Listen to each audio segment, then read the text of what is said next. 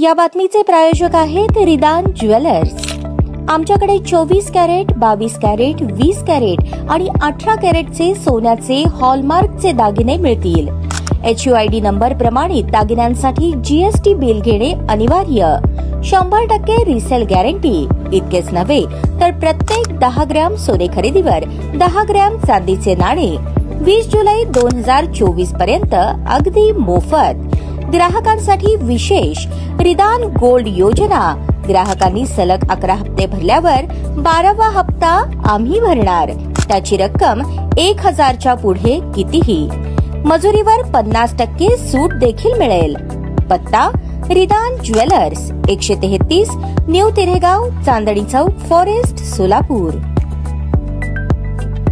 माध्यमिक शिक्षण विभागात बुधवारी प्रचंड गोंधळ पाहायला मिळाला। प्रहार संघटनेच्या एका पदाधिकाऱ्याने माध्यमिक शिक्षणाधिकाऱ्यांना तुम्ही मुसलमानांना त्रास देता असा थेट प्रहार करत आरोप केला। त्या पदाधिकाऱ्याला तापलेल्या शिक्षणाधिकाऱ्याने मी मराठा म्हणून मला त्रास होतोय। यावेळी शेजारीच थांबलेल्या मागासवर्गीय कर्मचारी हे सर्व गोंधळ पाहत होता। सोलापूर शहरातील काही अल्पसंख्याक शैक्षणिक संस्थेमध्ये चेअरमन आणि संचालक पदाचा मोठा वाद आहे। हा वाद धर्मादाय आयुक्तांकडे सोडवला जातो। अशाच एका वादातील संस्थेच्या शिक्षक मान्यतेचा विषय घेऊन प्रहार संघटनेचे अजित कुलकर्णी जिल्हा परिषदेमध्ये आपल्या काही कार्यकर्त्यांसोबत आले होते। त्यांनी सुरुवातीला मुख्य कार्यकारी अधिकारी कुलदीप जंगम यांची भेट घेतली। जंगम यांनी शिक्षणाधिकारी सचिन जगताप यांना बोलावून घेतले। त्याचवेळी जिल्हा परिषदेच्या पोर्चमध्ये प्रहारचे कार्यकर्ते आणि शिक्षणाधिकारी जगताप यांची भेट झाली। जगताप यांना घेराव घातला। मान्यता का देत नाहीत याचा जाब विचारण्यात आला, परंतु शिक्षण संस्थेमधला चेअरमन सचिव पदाचा गोंधळ असल्याचे सांगून प्रहारच्या कार्यकर्त्यांना समजावण्याचा प्रयत्न झाला। कार्यकर्ते ऐकण्याच्या मनस्थितीत नव्हते। त्यांनी शिक्षणाधिकाऱ्यांना थेट त्यांच्या कार्यालयात घेऊन गेले। तिथेही बराच वेळ गोंधळ घातला। तुम्ही मान्यता का देत नाही असं म्हणून कुलकर्णी प्रहार करू लागले। शिक्षणाधिकारी जगताप समजावून सांगत होते। त्याचवेळी अजित कुलकर्णींच्या तोंडून तुम्ही मुसलमानांना त्रास देता असा थेट आरोप शिक्षणाधिकारी जगताप यांच्यावर झाला। याचवेळी तापलेल्या जगताप यांनीही मी मराठा म्हणून तुम्ही लोक त्रास देताय असा प्रतिआरोप केला। यावेळी कार्यालयात उपस्थित प्रहारचे कार्यकर्ते, मागासवर्गीय कर्मचारी, काही पत्रकार या दोघांचा जातीय शब्द ऐकून अवाक झाले। कार्यालयात बराच वेळ गोंधळ सुरू होता, परंतु या शिक्षण संस्थेचा वाद धर्मादाय आयुक्त कार्यालयात असल्याने शिक्षणाधिकारी जगताप यांनीही या प्रकरणात कोणतीही रिस्क घेतली नसल्याचे ऐकण्यात आले। शिक्षण उपसंचालकांकडे संबंधित फाईल दाखवून पुढे निर्णय घेणार असल्याचे समजले।